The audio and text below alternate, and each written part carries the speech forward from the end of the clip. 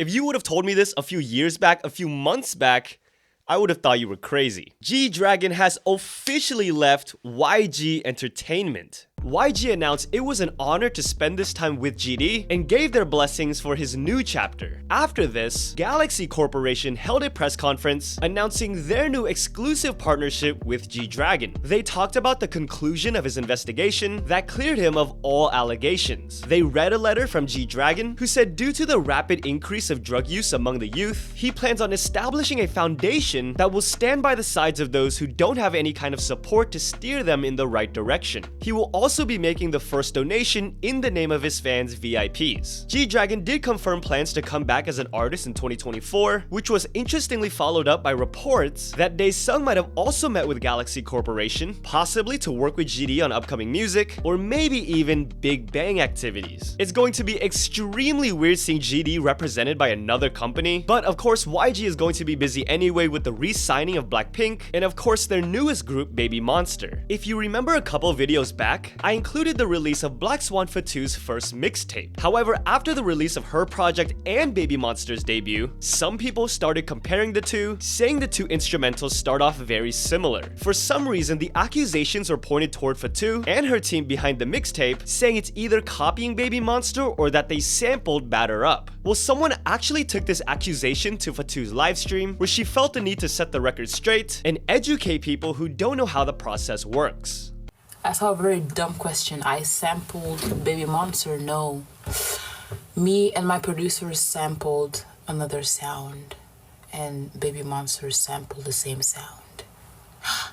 Because we've been working on this song for a year, over a year. Wow. Please stop showing how dumb or stupid you are through these live streams. Please, like, have respect for yourself. Come on.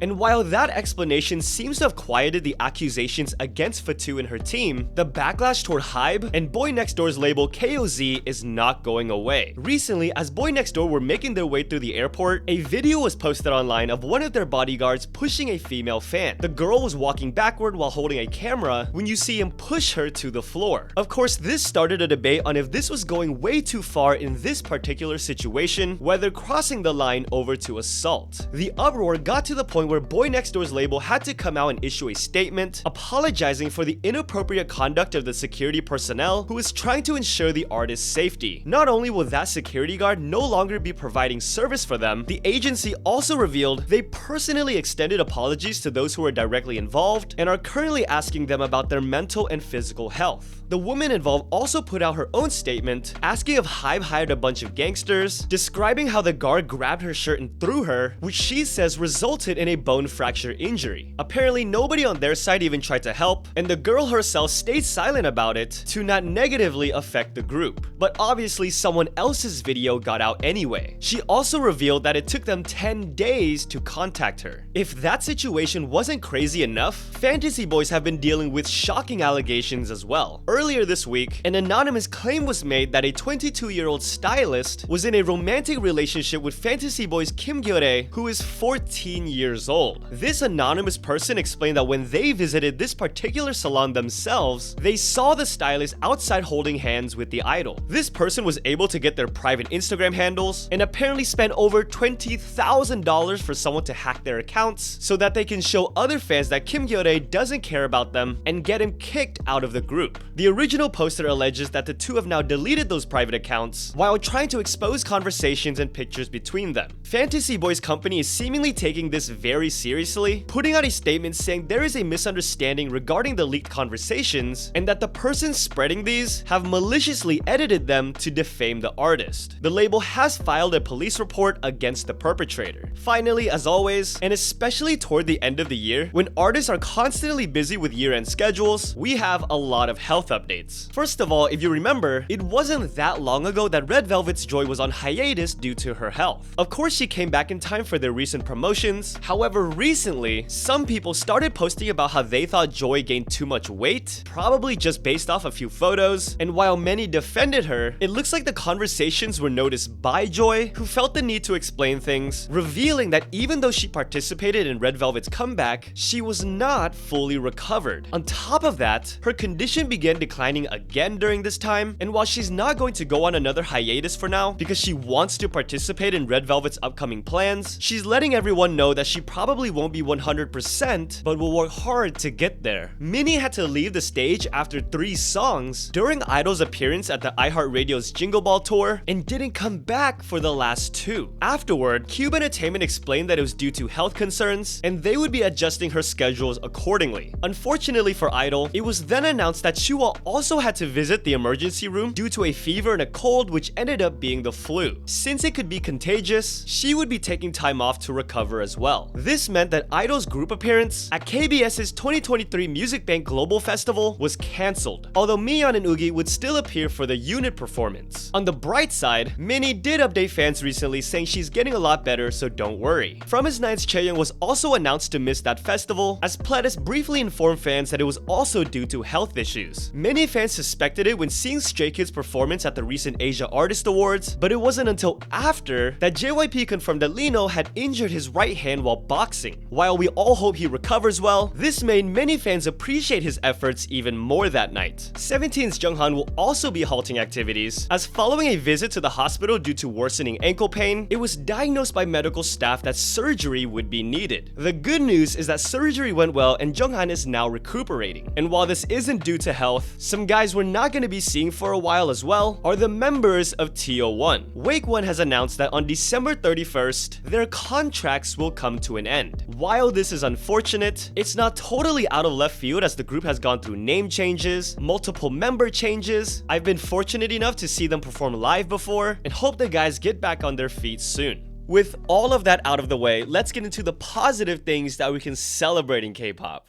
I think it's so heartwarming, hilarious, and fitting that for their 20th anniversary concert, EPIK High were finally able to perform with the lightsticks of their dreams that Tableau was trying to get made for so long, especially when they were in YG. I mean, just look at the beautiful sea of lit up middle fingers, absolutely stunning. Congrats to BABYMONSTER, breaking the record for the fastest K-pop group's debut music video to reach 100 million views. They accomplished this in 18 days, surpassing the previous record held by aespa's Black Mamba, which did it in 1 month and 21 days. Other releases and comebacks we've had since the last video include new music from Jessica Jung featuring Amber, ITZY's group pre-release, along with Yeji and Ryujin's solo pre-releases, soon to be followed by the other members, and of course DAESUNG has blessed us with that voice again after so long. Someone who I'm glad we'll be getting more comebacks from is Secret Number, as Dito recently responded to a hate comment asking when they'll disband, simply responding with,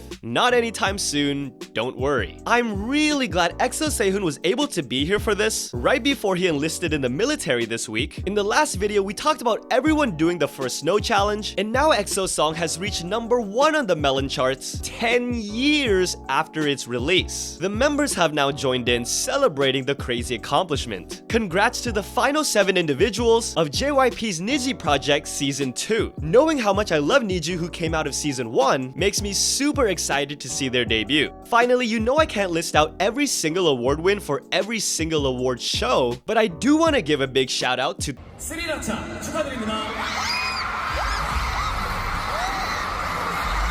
스리라차 축하드립니다. 스리라차 축하드립니다.